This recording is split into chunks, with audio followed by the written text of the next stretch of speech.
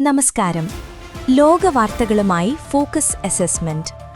അമേരിക്കയ്ക്കും കാനഡയ്ക്കുമിടയിലുള്ള വ്യാപാര ഗതാഗത രംഗത്ത് പുതിയ പ്രതിസന്ധി സൃഷ്ടിച്ചുകൊണ്ട് അമേരിക്കൻ പ്രസിഡന്റ് ഡൊണാൾഡ് ട്രംപിന്റെ പുതിയ പ്രഖ്യാപനം. നിർമ്മാണം പൂർത്തിയായിക്കൊണ്ടിരിക്കുന്ന $4.6 ബില്യൺ ഗോഡി ഹോവ് അന്താരാഷ്ട്ര പാലം തുറക്കുന്നത് തടയുമെന്ന് ട്രംപ് മുന്നറിയിപ്പ് നൽകി.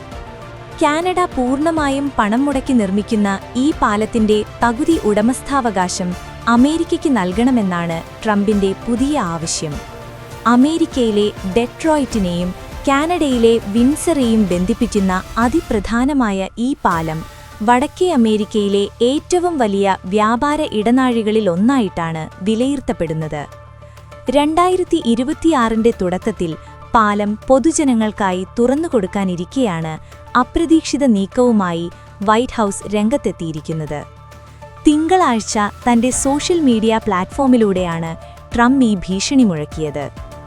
അമേരിക്കയ്ക്ക് നൽകേണ്ട നഷ്ടപരിഹാരവും അർഹമായ ബഹുമാനവും കാനഡ നൽകുന്നതുവരെ ഈ പാലം തുറക്കാൻ ഞാൻ അനുവദിക്കില്ല എന്ന് ട്രംപ് വ്യക്തമാക്കി. പാലത്തിന്റെ 50% ഉടമസ്ഥാവകാശം അമേരിക്കയ്ക്ക് ലഭിക്കണമെന്നും ഇതിനായുള്ള ചർച്ചകൾ ഉടനടി ആരംഭിക്കണമെന്നും അദ്ദേഹം ആവശ്യപ്പെട്ടു.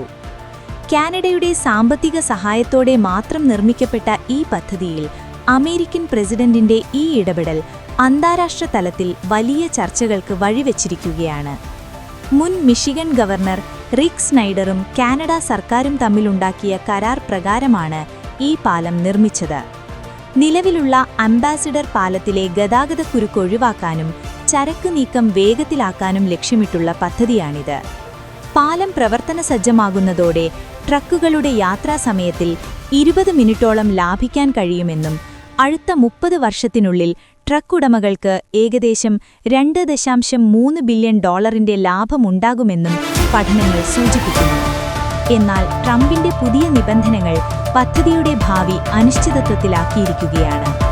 പാലം ഒരു ഔദ്യോഗിക അതിർത്തി കവാടമായി നിശ്ചയിച്ചുകൊണ്ട് US department of homeland security കഴിഞ്ഞ ജനുവരിയിൽ വിജ്ഞാപനമിറക്കിയിരുന്നു. ഇതിനു പിന്നാലെയാണ് പ്രസിഡന്റിന്റെ ഭാഗത്തു നിന്നുള്ള ഈ കടുത്ത നിലപാട്.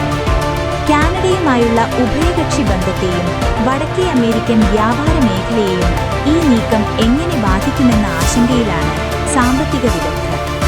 ട്രംപിന്റെ ആവശ്യങ്ങളോട് കാനഡ ഔദ്യോഗികമായി ഇതുവരെ പ്രതികരിച്ചിട്ടില്ലെങ്കിലും ഇരു രാജ്യങ്ങളും തമ്മിലുള്ള നയതന്ത്ര ചർച്ചകൾ വരും ദിവസങ്ങളിൽ നിർണായകമാകും.